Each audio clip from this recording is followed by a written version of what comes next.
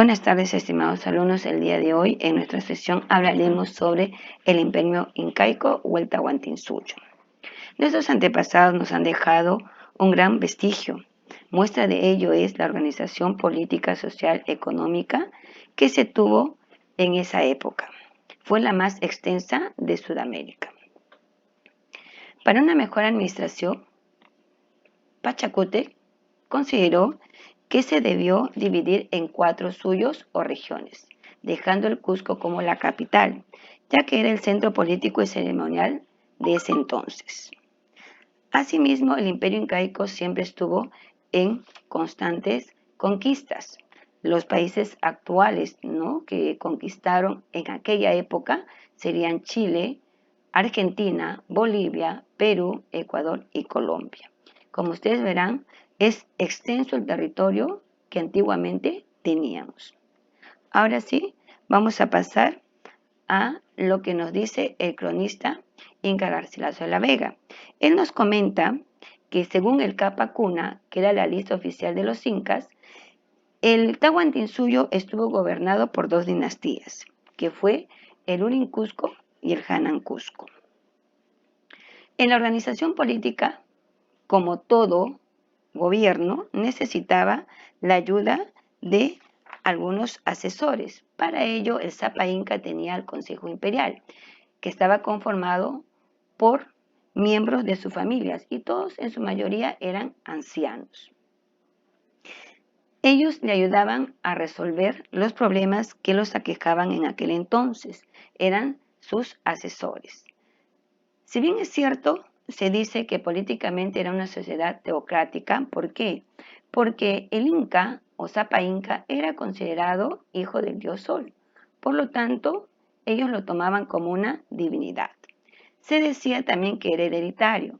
¿Por qué? Porque se transfería de padre a hijo entre la familia.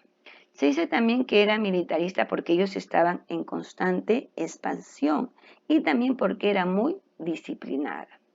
Era absolutista porque todo el poder lo tenía el Zapa Inca, era la única autoridad. Bien, ahora pasaremos a la organización social. Si bien es cierto, la organización social en esa época era clasista. Voy a citar un ejemplo. ¿Qué quiere decir? Que solamente los hijos de la nobleza y de la realeza podían asistir a los yachaiguasi, que eran las escuelas en aquella época, más el pueblo no.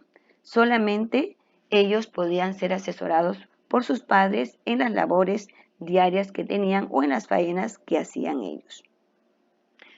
Bien, como todo estado, siempre hay problemas. El Tahuantinsuyo no estuvo ajeno a eso. Se levantó el conflicto entre Huáscar y Atahualpa por el trono. Atahualpa se organizó y dio muerte a su hermano Huáscar, por lo tanto quedándose con el trono. Esto debilitó seriamente al Tahuantinsuyo.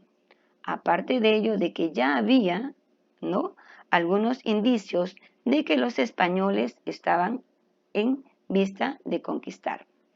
A ellos se sumaban las epidemias que se dieron en aquella época y una de ellas fue la viruela, que mató a muchos indígenas, ya que ellos no tenían alguna cura y no la conocían. De ninguna manera podían salvar a ningún indígena. Vamos a relacionar esto un poquito con la actualidad.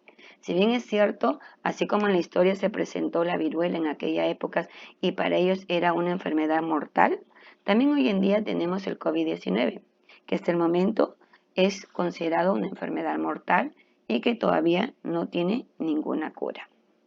Bien, todas estas cosas que se dieron entre Huáscar y Atahualpa y el desenlace hizo de que el Tahuantinsuyo se debilitara y diera paso a la conquista del Tahuantinsuyo por los españoles. Muchas gracias, chicos. El día de hoy he querido explicarle brevemente un poco de nuestra historia en la época del Tahuantinsuyo. Gracias.